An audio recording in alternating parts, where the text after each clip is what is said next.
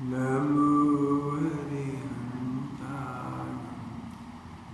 नमो सिद्धाय नमो हरियाय नमो वज्राय नमो लोहे सर्वसाहु।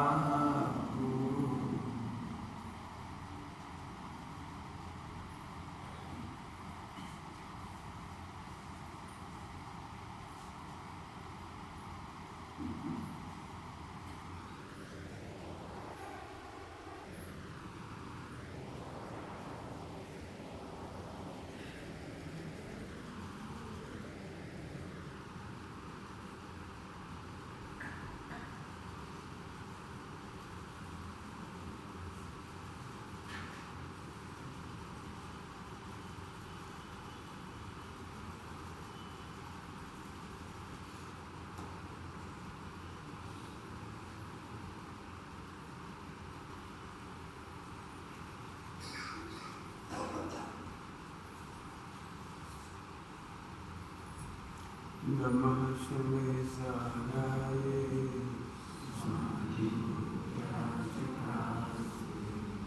श्रीस्वभावाय भावाय सर्वभावान्तराय।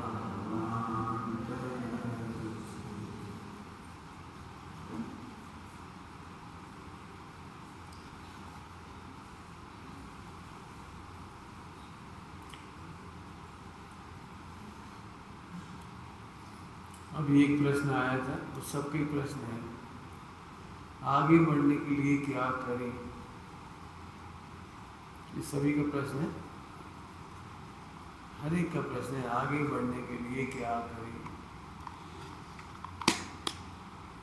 हम शरीर नहीं हैं जो आगे बढ़ जाएं,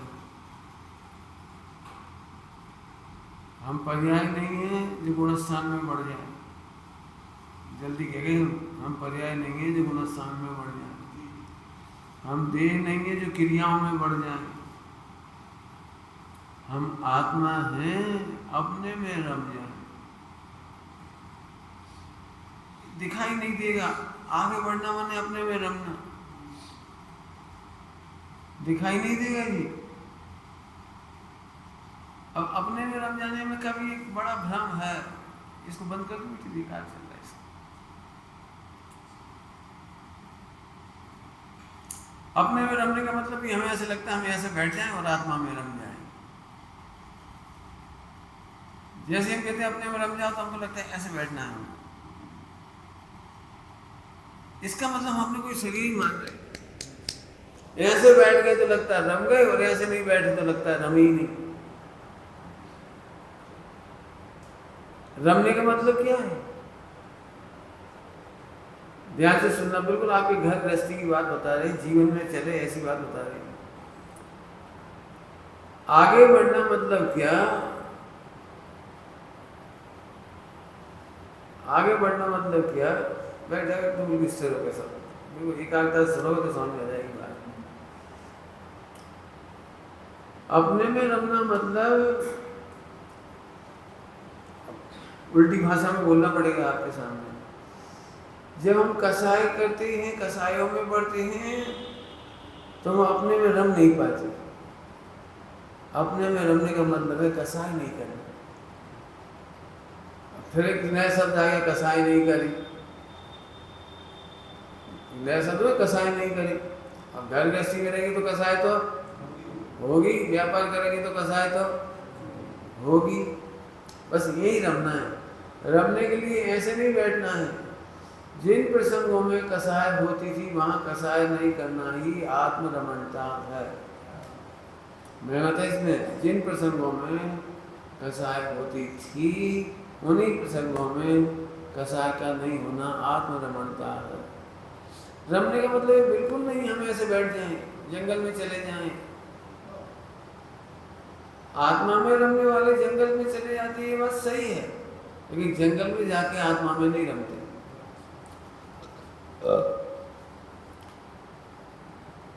कैसे रमे? उसकी शुरुआत घर से ही होगी, जंगल से नहीं होगी। उसकी शुरुआत यहीं से होगी। बिल्कुल शॉर्ट उत्तर दे रहे हैं आपको। मेहनत करना इसके ऊपर मेहनत करना भूलना नहीं। कसायों का नाम अस्थिरता है और कसाय के अभाव का नाम रमणता है, स्थिरता है। आपको कसाय आती क्यों बता, इसकी आवाज कम करो। हमको कसाय आती क्यों, जिसको उत्तर बोलना है बोलो। हमको कसाय आती क्यों है, उत्तर हम दे दे रहे, मिलान कर लेना। हमको कसाय आती है जब सारा विश्व सदोष दिखाई देता है। हमें कसाय तब होती है जब विश्व सदोष दिखाई देता है। इनमें जो कमी है, इनमें जो कमी है, ये ढंग से नहीं बोला, ये ढंग से नहीं खा, हमारी कछु इज्जत नहीं है। आप किसी न किसी बहाने दोष देखते हो। फिर से बोलो, आप किसी न किसी बहाने दोष देखते हो। दोष देखने से दुख होता है, दुख होने से भावाश्रव होता है, भावबंध होता है, उनसे भाव कर्म से द्रव्य कर्म होता है, और द्रव्य कर्म से फिर उदय आता है, फिर उदय आता है। फिर आप तो चैन में लगे रहते हो, वो साइकिल में फंसे रहते हो। तो अब आगे बढ़ने का पहला अर्थ हुआ, विश्व को निर्दोष देखना सीखो। अब इसमें मेहनत है। ऐसे कैसे, इनमें तो गलती है, गलती है तो हम सही कैसे देखें। अब एक तो तपस्या है। फिर से बोल रहा हूँ, व्रत उपवास करने से समता नहीं आती, विश्व को निर्दोष देखने से समता आती है। अब ये पूरी चर्चा 3 दिन खूब चल गई गुरु में। विश्व व्यवस्था के नाम पर निर्दोष देखना सीखो। बहुत दृष्टांत दे दी वहाँ 3 दिन के प्रवचन में, सब आगे बात रिपीट नहीं करना चाह रहा हूँ।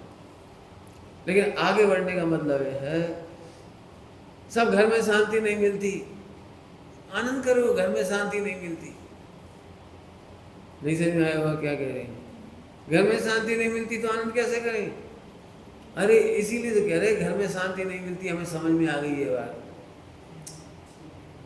नहीं समझ में आई किसी, आनंद करो, हमें समझ में आ गया कि यहाँ शांति नहीं मिलती, शांति तो आत्मा में है। ये आनंद करो।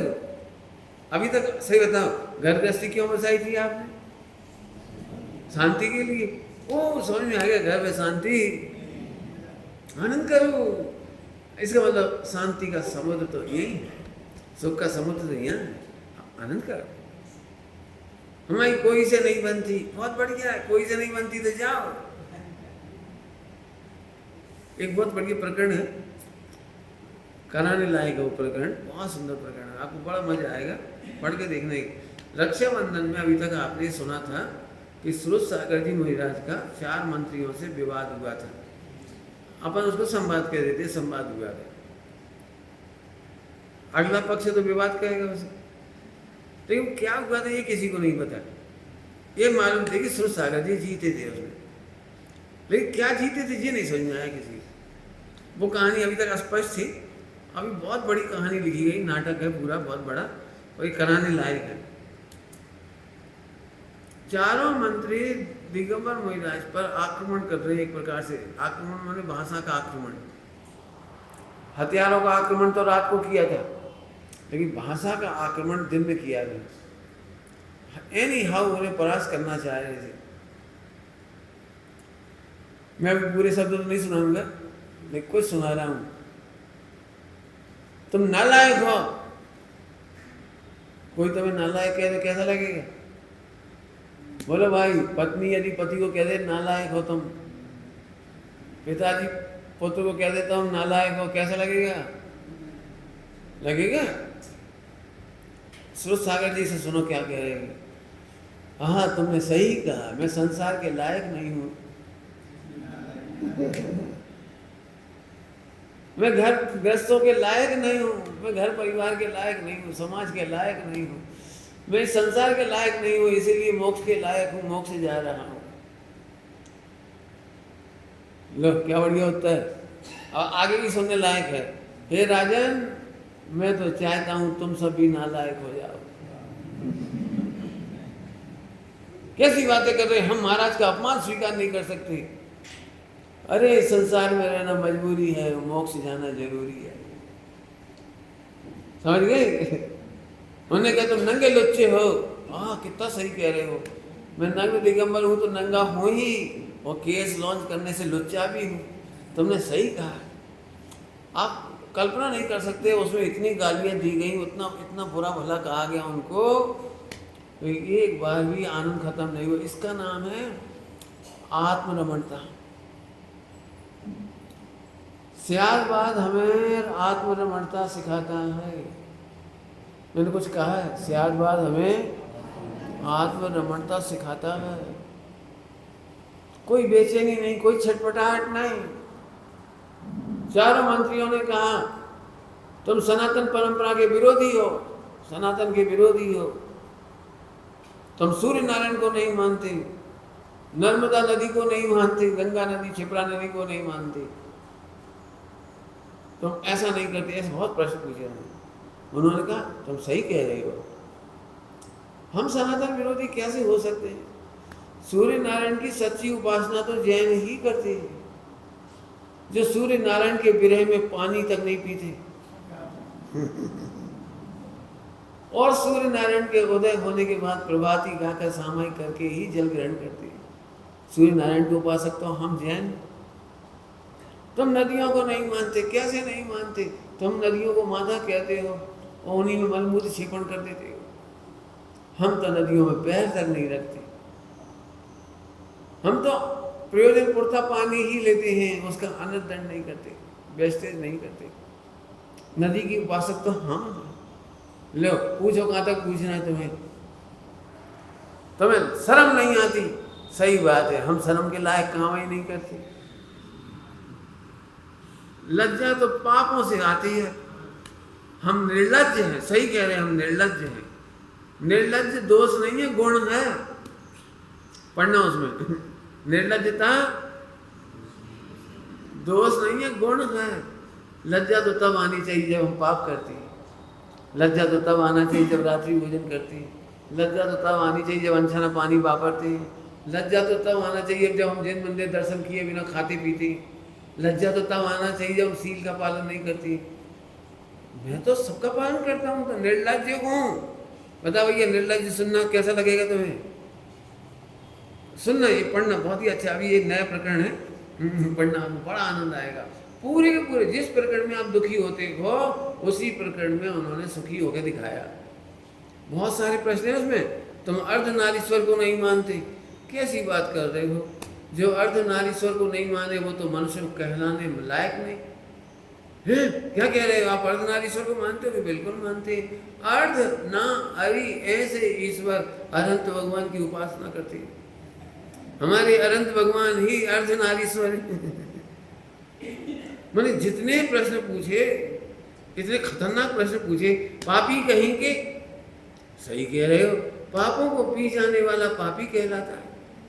जैसे धन का स्वामी धनी कहलाता है, हमने पापों को पी लिया है इसलिए पापी हैं। पागल हो, सही बात है, पापों को गलाने से पागल है। बोले जा, बोले जा।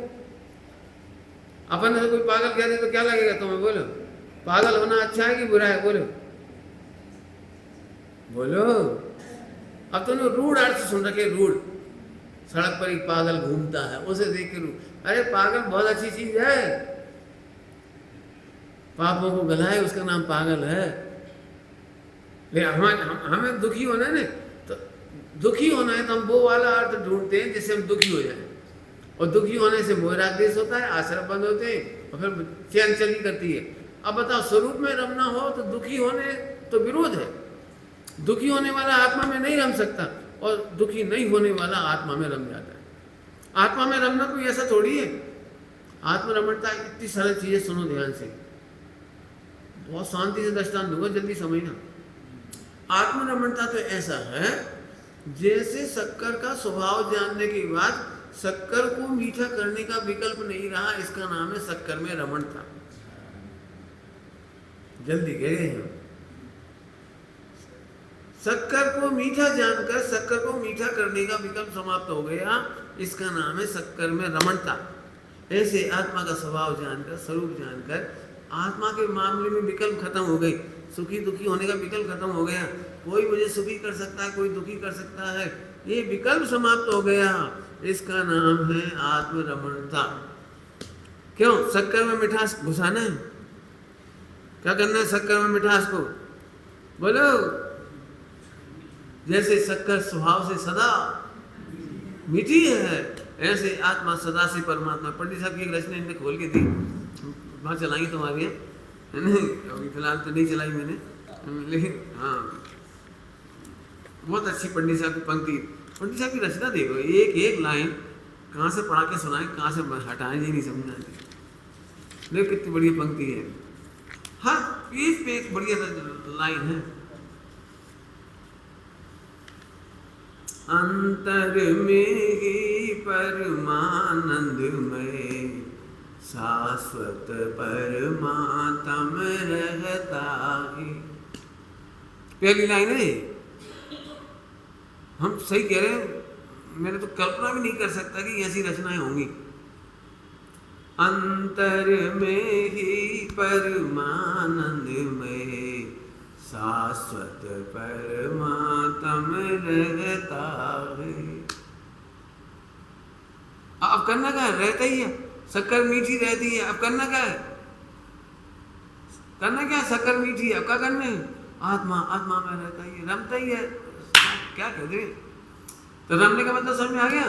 दुखी होने वाले रमते नहीं हैं, और दुखी नहीं होना ही रमना है। बोलो। अंजना जंगल में आत्मा में रम रही थी कि नहीं? सीता गर्भवती दशा में निकल गई थी, रम रही थी कि नहीं? बोलो।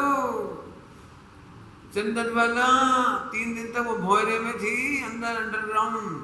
बोलो आत्मा में रम रही थी कि नहीं? 3 प्रश्न पूछ लिए, उत्तर बोलो।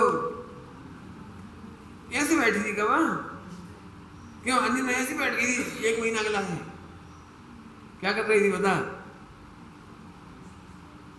क्या कर रही थी बता? तुम लोग दुकान पर बैठते हो 10 घंटा 12 घंटा, प्रॉफिट में रमे रहती हो। कैसे रमती हो प्रॉफिट में? अब बताओ कैसे रम जाती हो प्रॉफिट में? बोलो बोलो। कि ये मन वचन का है, कहीं भी घूमता हो, मन वचन का है, कहीं भी चलता हो, उपयोग कहीं भी चलता हो, लेकिन उपयोग तो प्रॉफिट की ओर देख के खुश होता है। ऐसे ही खाते पीते उठते बैठते चलते फिरते हमें तो हमारा शुद्धात्मा, हमारा भगवान, हमारा अंतर का परमात्मा दिखाई दे रहा है।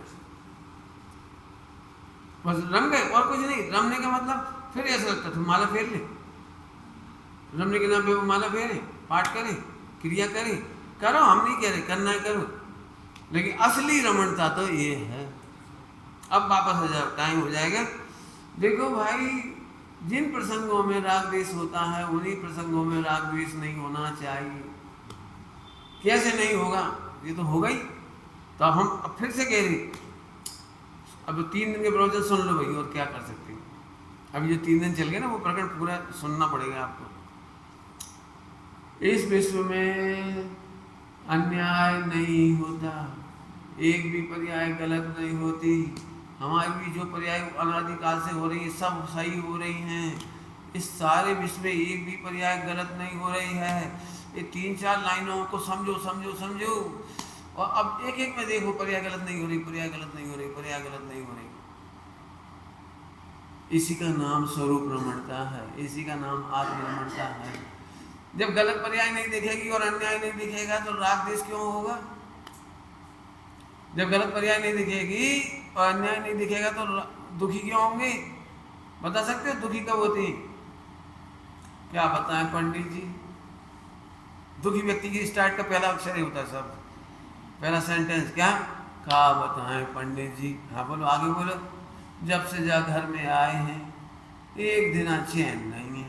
क्या चैन नहीं है? हम बता दें क्या नहीं है कि तुम चैन बाहर ढूंढ रहे, आत्मा में नहीं ढूंढ रहे। आत्मा में देखते तो नारकी भी प्रसन्न है, और तुम इतने बढ़िया घर में हो, इतनी बढ़िया संस्कृति में हो, इतने बढ़िया देश शास्त्र गुरु मिले। हमें तो सच में तुम्हारा बड़ा भाग है, इतने बढ़िया विद्वान तुम्हें परमानेंट मिल गई नौकरी की वजह से। ऐसे एक परंपरा, बहुत दुर्लभ परंपरा चली रही तुम्हारे स्वाध्याय की, बहुत अच्छी बात है। और इतना मिलने पर भी कह रहे चैन नहीं मिल रही। अब चैन कहाँ से ले आए? सोने की होती तो बाजार से ले आते, चांदी की होती तो बाजार से ले आते। अब चैन तो यहाँ से आती है। बोलो भाई कौन बोलेगा? अन्याय नहीं होता, एक भी पर्याय गलत। अब गलत पर्याय नहीं दिखेगी तो रोए क्यों, क्लेम क्यों, कंप्लेंट क्यों, शिकायत क्यों, राग देश की शिकायत क्यों? और नहीं, अब तुम बता दो कौन सी पर्याय खराब हो रही है? भाई हम सिद्ध कर दे रहे, बोलो कौन सी पर्याय खराब हो रही है? एक आध नाम बताओ इस वजह से दुखी है। पंडित जी पैसा हो तो हम कह रहे पैसा नहीं होएगा तो, उल्टा कर दिया हमने, पैसा नहीं होएगा तो। गुरुदेव श्री के परिवर्तन के बाद दिगंबर नहीं मिले थे 10 साल तक, सोनगढ़ में दर्शन नहीं हुए थे। केवल ये समझो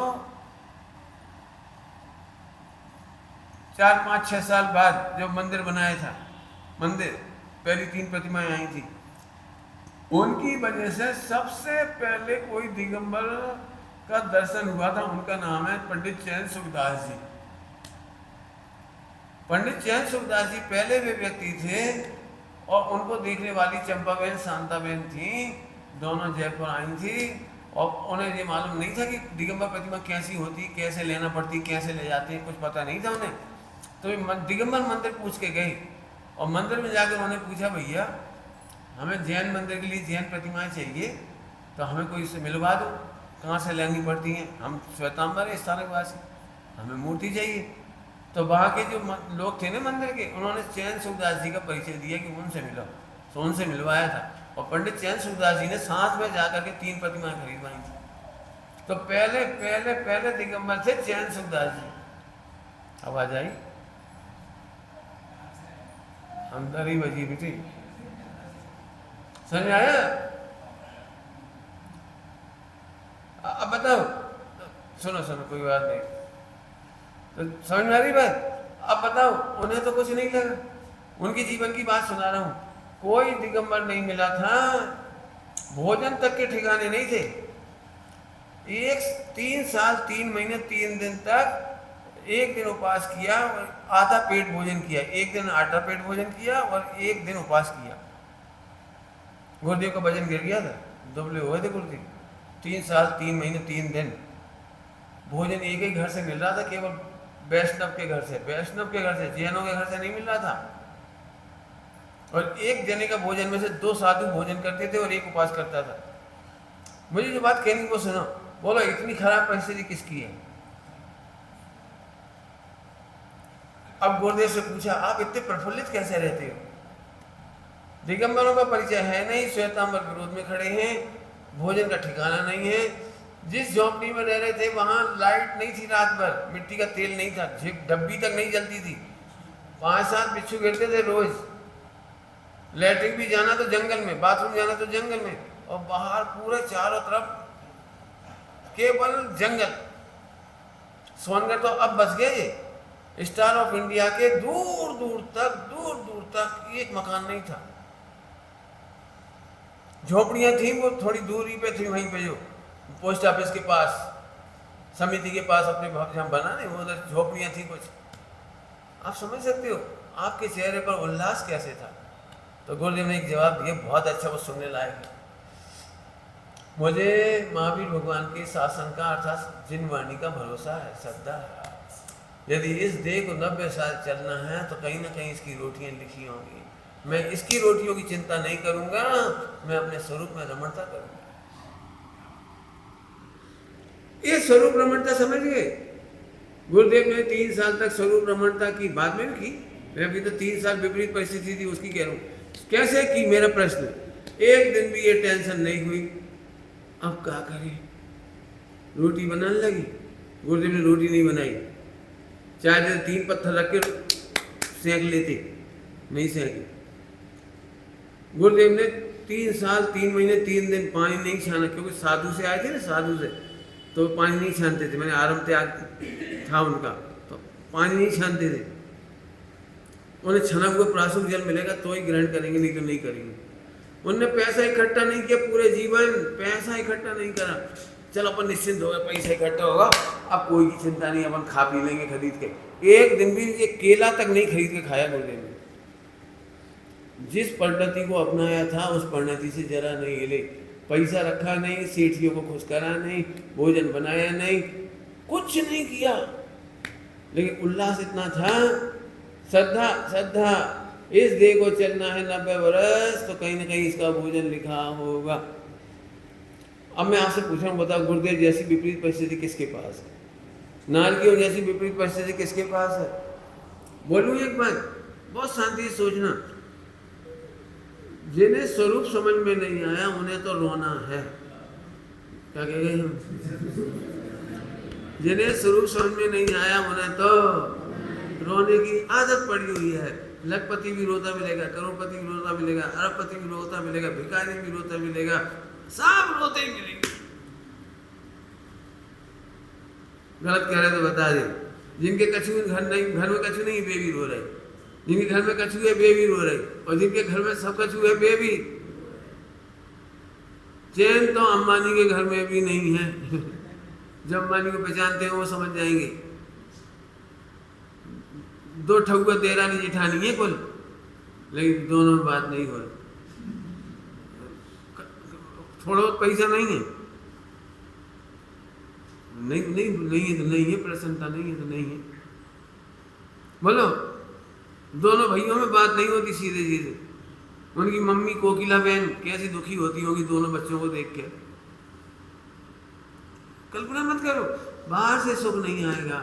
अरे मुझे सुख की जरूरत नहीं है, मैं तो सुख स्वरूप भगवान आत्मा हूँ, मैं तो खुद ही सुख स्वरूप। चैन आ गई, बस अब खत्म। फिर से बोलो, बाहर अनुकूलता ढूंढने वाले को चैन नहीं मिलेगी। जल्दी बोल गई। बाहर सुविधाएं अनुकूलता ढूंढने वाले बनाने वालों को चैन नहीं मिलेगी। बस पंडित जी इतनी सी व्यवस्था बन जाए तो चैन मिल जाए। झूठ, देख लो, तुम देख लिया जाके। उतनी व्यवस्था बन गई तो भी चैन नहीं पड़ी, और व्यवस्था बन गई तो भी चैन नहीं पड़ी। तुम लोगों में से किसी के दृष्टान नहीं, सबका ही है। पहले अपन सोचते कचौरी एक इतना सो काम हो जाए तो अपन तो निश्चित। फिर नौकरी लग गई, अरे यार इंक्रीमेंट और लग जाए तो मजा आ जाए, प्रमोशन हो जाए तो मजा आ जाए, और इतने को ट्रांसफर होते हो जाए तो मजा आ जाए, और थोड़ी दुकान और बड़ी हो जाए तो मजा आ जाए। चैन कब मिली बता नहीं जाए। मेरी मम्मी कहती थी पहले किराए के मकान में रहते थे, बहुत परेशान होते थे, तो हमेशा एक ही बात कहती थी, भैया चाहे 2 कमरा की कोठरियाँ मिल जाए अपनी हुई, रोज रोज कमरा खाली करो, हर 6-8 महीना में साल भर में मकान खाली करो, और दांती खाओ, ऊपर नीचे झगड़ा हो, पानी के लाजे बाकी लाजे, और गर्मी परेशान, अपना घर का मकान हो। अब संयोग से 5 कमरे का मकान हो गया। फिर ये लगता था जब जगह कम पड़ा था, लो अभी 2 कमरा की कोठरिया सोच रहे थे, और अब 5 कमरे का हो गया तो भी ये लग रहा अब कम है। फिर एक नया मकान बनाया बड़ा, दूसरा, फिर भी कम पड़ रहा है, फिर भी कम पड़ रहा है। सुख बाहर से, अब 2 पॉइंट बोल दिए आगे बढ़ने के लिए। आगे बढ़ने के लिए मैंने स्वरूप में रमने के लिए। एक तो स्वरूप रमने के भ्रम निकाल देना, कैसे रमा जाता है। 2 पॉइंट, अन्याय होता नहीं और कोई पर्याय गलत होती नहीं है। यदि इस पे आप टिकोगे तो बहुत आनंद करोगे, और ये आनंद ही स्वरूप रमणता है। एक बात। दूसरी बात, बाहर सुविधाएं ढूंढने वाले, अनुकूलताएं बनाने वाले कभी सुखी होते नहीं है। इस 2 पॉइंटों को ढूंढते जाओ। ज्यादा पढ़ने से आगे नहीं बढ़ोगे, क्रियाएं करने से आगे नहीं बढ़ोगे, व्रत और प्रतिमाएं ले लेने से आगे नहीं बढ़ोगे, नहीं बढ़ोगे, नहीं बढ़ोगे। क्यों? यदि तुम मूर्तिक होते और मूर्तिक मार्ग होता तो तुम प्रतिमा ले लेते, क्रियाएं सुधार लेते, तो आगे बढ़ जाते। लेकिन हम तो आत्मा हैं, और आत्मा आगे बढ़ता है आकसाय भाव से। कसायों से पीछे घटता है, कसायों से नीचे गिरता है, और आकसाय से। बोलो भाई क्या करना है? हर हाल में, हर समय देखो, विश्व में कंप्लेंट के लायक कोई दिखाई देता नहीं। मैं तो कहूँगा सुरत सागर का जो संवाद है रक्षाबंधन के टाइम कराने जैसा है, बहुत बढ़िया संवाद है। अभी पढ़ाऊँगा तुमको, चलना देखना। और करा वो सभी लोग, कुछ झलक दिखा दी छोटी सी उसकी, उसने बहुत सारी बातें कही, उन्होंने बहुत सारी बातें।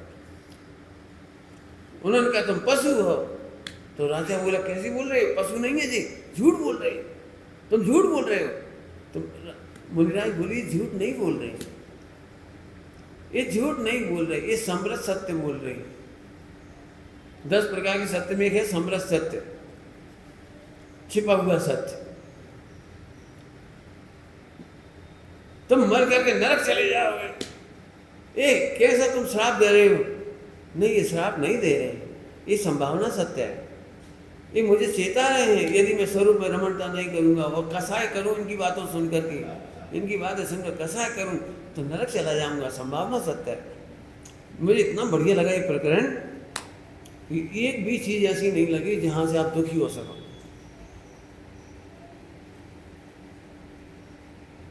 ठीक है, पंडित साहब के युवक जी बाबू जी की पूजा की लाइन याद आ रही है।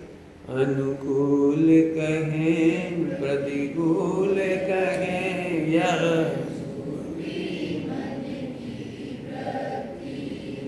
अब देखो मैं तो चला जाऊंगा, मेरा बस चले तो वर्कशॉप कराऊं। अभी तो आपने सुन लिया, मुझे पता है कुछ भी नहीं फायदा हुआ। पंडित साहब कहते कुछ फायदा नहीं हुआ। जैसे सुबह सुबह नल आते हैं तो गटर में निर्मल जल ऊपर से बहता चला जाता है। गटर देखना सुबह सुबह, और वो जो गंदगी है वो हिलती तक नहीं है। देखी कि नहीं देखी?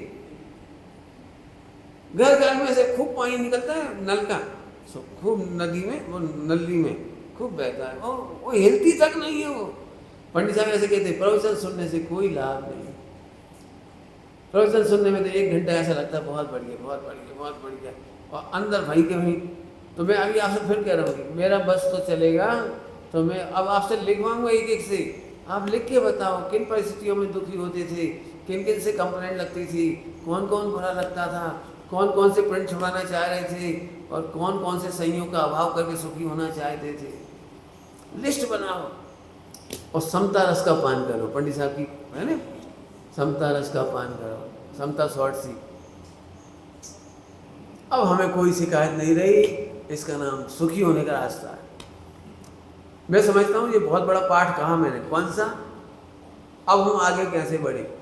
मैं जानता हूँ मेरी जगह कोई मुनिराज आए होते तो यही कहते वाणु व्रत ले लूँ, प्रतिमाएँ ले लूँ, फला खला कर लूँ, एक माला फेरन लगो, नहीं तो 14 को उपास करने लगो, तो तुम्हें भी लगा चलो भैया अब इतनी उम्र में कछु तो आगे बढ़े। हम कह रहे कछु आगे बढ़े, हमें नहीं कह रहे कछु आगे बढ़े कि पीछे हटे, हमें नहीं मालूम, लेकिन कसाय मिटी तो आगे बढ़े, अनंतानुबंधी मिटी तो आगे बढ़े, अप्रत्यक्षान मिटी तो आगे बढ़े। आपने देखा होगा, रिपीट करने जैसी बात है लेकिन नहीं करना चाह रहा। जो लोग धर्म का पालन करते हैं वे संकलेश पूर्वक करते हैं तो अप्रभावना होती है। बुरा नहीं मानना और उल्टा भी नहीं मानना और शिष्टाचार भी नहीं करना। 3 बातें कह दी मैं, तीनों ही नहीं करना। रविवार के दिन नमक खाना कोई अनंतानुबंधी नहीं है। रविवार के दिन नमक खाना कोई अपराध नहीं है, कोई मिथ्यात्व नहीं है, कोई पाप नहीं है। उल्टा मत लेना, मैंने पहले ही कहा रविवार को नमक नहीं खाते तो बिल्कुल मत खाइए। हाँ, अबे भी मत खाइए, लेकिन नमक छोड़ दिया और फिर संकलेश करो। बहू को गालियां सुना दे रही, 2-4 गालियां सुना दी, परमेश्वरी मर जाओ, का करी 2 रोटी नहीं खा सका तुमने, नमक डाल दो और पा में नमक का डाल दो, काय खाएंगे जो बनाओ सामान। अब हम कह रहे समता से नमक खा ली, बा में पाप नहीं है, खा मत लियो लेकिन संकलेश करके तुमने करा वो बड़ा। ऐसे एक जगह नहीं समझना, संकलेश करके पूजा करना अपराध है, संकलेश करके शास्त्र पढ़ना अपराध है। अपन क्या करते हैं, देखो फिर कह रहा हूँ, जो पाठ पढ़ा है ना, विश्व में अन्याय नहीं होता, कोई पर्याय गलत नहीं होती, और अनुकूल प्रतिकूल बनाने वाला व्यक्ति तो कभी भी सुखी नहीं होता। ये जो मंत्र दिए ना, मैं इनको रिपीट करता हूँ, ये बड़े मंत्र हैं, छोटे मोटे नहीं है। जब तक आप इनका पालन नहीं करोगे, मैं पक्की गारंटी दे रहा हूँ, आप नियम ले लोगे, अनुव्रत ले लोगे, प्रतिमाएं ले लोगे, लेकिन संकलेश नहीं मिटेगा। संकलेश करोगे, तुम्हारे हमारे पूजा ही नहीं कर पा रहे, मर गए हम तो अच्छी आफत है, मरो जाओ, हम तो पूजा कर रहे हैं। मान लो बहू को बुखार है या सास को बुखार है और बहुत बीमार अवस्था है, मंदिर नहीं जा पाए, गए तो 5 मिनट के लिए जा पाए, तो क्या कहोगे बोलो? 5 साल से मंदिर बिल्कुल 5 मिनट जा पा रहे केवल, तो क्या कहोगे बोलो? और हम कह रहे 5 साल तक 5 मिनट मंदिर भी नहीं आते ना, तो अभी तुम आगे बढ़ गए मोक्ष मार्ग में। लेकिन तुमने सास को ससुर को भगवान समझा, अपने को भगवान आत्मा समझा। आपने जो चीज़ शास्त्र में पढ़ी थी ना, मैं प्रैक्टिकल देखी सास ससुर की आत्मा में, शरीर में, संयोग में, उदय में, असाता में, साता में। तुमने वेद विज्ञान किया, तुम सचमुच मोक्ष मार्ग में आगे बढ़ गए। और संकलेश करके उन्हें छोड़े आए, मरो हम नहीं जाना था, हम तो आधा घंटा पूजा करेंगे। तुम आधा घंटा पूजा कर रहे थे, लेकिन तुमने भगवान आत्मा नहीं देखा, असाता को असाता नहीं देखी, करुणा को करुणा नहीं देखी, वेद विज्ञान को वेद विज्ञान नहीं देखा, परिचर्या नहीं की। सचमुच तुमने पूजा नहीं की। दृष्टांत दिए मैंने 2-3, ऐसे समझना। यदि आपके जीवन में से आनंद का घात हो रहा है तो मोक्ष मार्ग में पतित हो गए आप। और आनंद नहीं हो रहा है, आनंद, आनंद कौन सा? इंद्रिय आनंद नहीं, आत्मसंतोष का आनंद, आत्मसंतोष का। जहाँ हमें दोष दिखाई देते थे, सब निर्दोष दिखाई देने लगे। मैं इस लाइन पे फिदा हूँ, ये समझ लो। जहाँ सारा जगत सदोष दिखाई देता था, निर्दोष दिखाई देने लगा, इसी का नाम है दृष्टि परिवर्तन। हमें तो आनंद हो गया, मुझे तो आनंद, ऐसे लगे आनंद हो गया। अब ये मेहनत थोड़ी है, इसमें रोज सोचना पड़ेगा, रोज वेद विज्ञान करना पड़ेगा। पढ़ने में वेद विज्ञान नहीं करना पड़ता, ताकत नहीं लगती, और क्रियाएं करने में भी नहीं लगता, क्या कि क्रिया के हम हैबिचुअल हो जाते हैं। लेकिन हम पहले कहा तो पहली लाइन, हम देह नहीं है जो देह की क्रिया से हमारा मोक्ष हो जाए, हम देह नहीं। बस अंतिम लाइन बात करके खत्म कर रहा हूं। किसी बहुत अच्छे चिंतक ने लिखा है, routine of life just like a robotic activities. Routine of life, सुबह उठे जी करा, फिर मंदिर, फिर खाए पिए, दुकान, फिर आ गए, फिर पूजा पाठ, जो कुछ जो जिसका जो नियम है वो रोबोटिक कर रहा है। ये मोक्ष मार्ग नहीं हो सकता। तो फिर कैसा होना चाहिए? हमें कैसे दृष्टांत दो इसके लिए? आप बताओ, आपके घर में बच्चे की शादी होती है तो उसके जितने नेगाचार होते हैं उनमें आपको आनंद आता है या आप उकताते हो? अब बहुत तो तेल चढ़ाओ, तो हाँ अब चंदन चढ़ाओ, अच्छी आदत है, कहाँ लो करें बोलो, तेल चढ़ाओ, फिर चंदन चढ़ाओ, फिर फला चढ़ाओ, फिर जे करो। हर नेगाचार में कैसा लगता है? आपने देखा है झगड़ा हो जाता है, लो तेल चढ़ गया, हमें बुलाओ ही नहीं, हम कमरा में बैठे रहे, हमें बुलाओ तक। इसका क्या मतलब? हर आदमी इन्वॉल्व होना चाहता है। अब यहाँ लगा, हर क्रिया में ध्रुव को इन्वॉल्व करो। ध्रुव का आनंद लिए बिना एक पल मत जियो, ध्रुव का आनंद लिए बिना सांस मत पढ़ो, पूजा मत करो, उल्टा मत लेना, पूजा करो ध्रुव का आनंद लो, ऐसे समझो। ये बड़ी आफत है आप शब्दों की। हमने कही ध्रुव के बिना मत करो, सुन के ये पंडित जी कह रहे पूजा ही मत करो। अरे हम कह रहे पूजा करते में ध्रुव का आनंद लो। आगे बात समझ में आ गई? हाँ हाँ, अद्भुत सुंदर मार्ग मिला है, इतना सुंदर सोनो सा मंदिर मिला है। बाहर से देखो तो ऐसा लग रहा है देवोपुनी विमान उतरा हो, इतना बढ़िया मंदिर। और खुद स्वाध्याय करो भैया, हम तो कह ही सकते हैं, आराधना करो। क्या कहते हैं, मैंने शब्द कम है, बस ये समझ लो। हम तुम्हें अभी शरीर नहीं देख रहे, एक ही जैन शासन का वो है, क्या कहना चाहिए, सार, कि सब जीव सिद्धालय में मिलना। इससे नीचे इधर उधर नहीं भटकना, करना विचार। आगे बढ़ने का अर्थ होता है, पूछा था ना, आगे बढ़े तो क्या बढ़े, जे बढ़ा। ओम नमः शिवाय।